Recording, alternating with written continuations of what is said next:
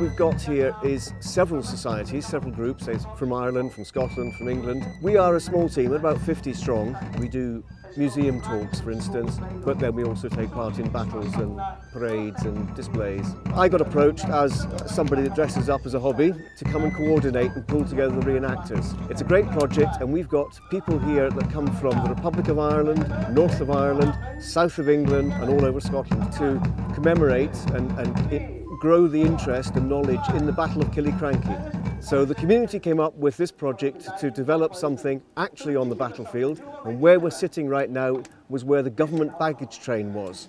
Both sides were a wee bit hesitant about engaging, but then when it took place, it was one of the bloodiest battles in Scottish history. The winning side actually suffered 50% casualties, and they lost their leader, Bonnie Dundee. It must have been a terrifying experience being the government troops when you saw the Jacobites coming down the hill towards you. But equally, given what we know about matchlock muskets and how ineffective they were, the casualties they inflicted on the charging Highlanders was devastating. It's actually a very successful event. It's growing year on year in terms of participants, visitors, and the community have got a passion and interest, so it's going to carry on, it's going to grow. If anybody's interested, check out the Facebook, check out the website, come along and watch or come along and get involved. I chair the group, and basically what we've done is make sure we've got the community involved. I then got somebody to coordinate the infantry, somebody else does the cavalry, and the way we run it is each person has a unique area of the event to run. Somebody does the car parking, somebody does the food tents, and my job as chairman is coordinating all of that. Some businesses do support us and they sponsor us. For instance, Rob Robertson helps put up the arena for us with no cost. He's a local fencing contractor. We've got some restaurants in town who pay for all our printing and posters, and so we look for various sorts. But as we're all volunteers, time is always critical. We don't have a lot of it. How do we use it? And it's about getting the event run properly as well. Having started from nothing 4 years ago, we're slowly evolving the whole thing. The key thing was bringing the infantry across. We've been making sure we've done that. But yeah, if people wanted to get involved, we'd be open to ideas. A lot of the reenactors say there isn't an event like this in Scotland anywhere, and they say there are some in Ireland and in England. So hopefully we'll keep evolving it, we'll get more events coming in and taking part. Our control is to try and make sure events and activities are period sensitive. We use that word. The reenactors who are all volunteers, to the local community, to the stewards. And we've got, about 20 leaders in there, all from the car parking to the food stalls. And so without them, it just wouldn't happen. The thing is, we do a lot of training to be able to do the horse work that we do. I mean, these horses all belong to myself and my mother, and we're training every single day, riding them and feeding them and doing different training methods with them. I mean, we even get our local friends to come up with saucepans and batter and make lots of noise just to get them used to the bomb-proofing and the different guns and cannon fire and things. They are stunt horses, so they work on different films and agricultural shows and things like that, but they do a lot of stuff.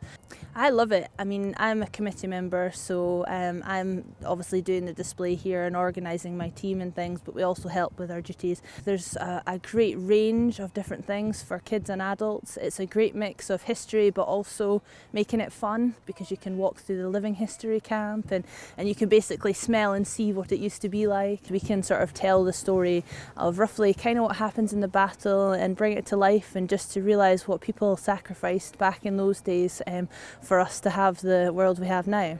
Every year it's growing and growing, and we're trying to add a new aspect to it. We also want to keep that community spirit feel of the sort of localness. When you come in, you're really welcomed. Everybody works hard together and has fun together, and they're a great bunch. They really are. I'm here to support the wonderful Soldiers of Killiecrankie Festival, which is a community-run festival which I had a small part in getting started. I'm here to support James Rattray and the committee to commemorate the men and the horses who fell here in 1689.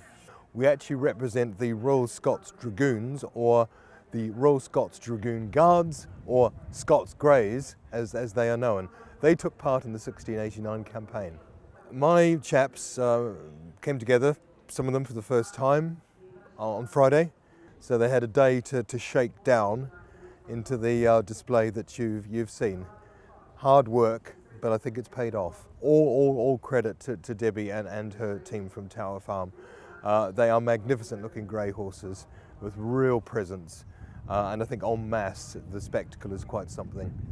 I've been lucky enough to travel to Russia, to the Crimea, been to South Africa twice. I portrayed the Duke of Wellington at the big Waterloo bicentennial a couple of years ago. I've been Duke William at the Battle of Hastings.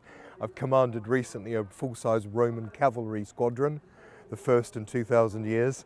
I think it's just about time to hang up my spurs, Matt.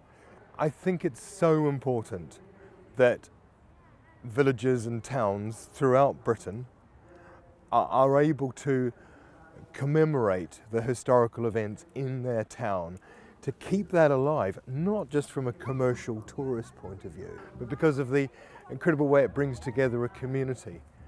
And the work that the people here in Killiecrankie do, James and his committee, is really the thing that I've got to thank everybody for. I helped them with the idea, but for me this is a busman's holiday. I run historical events for a living, and I'm very aware of the incredible amount of work that's gone in here.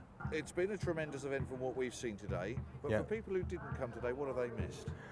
They have missed being entertained and educated, and a really good zip wire.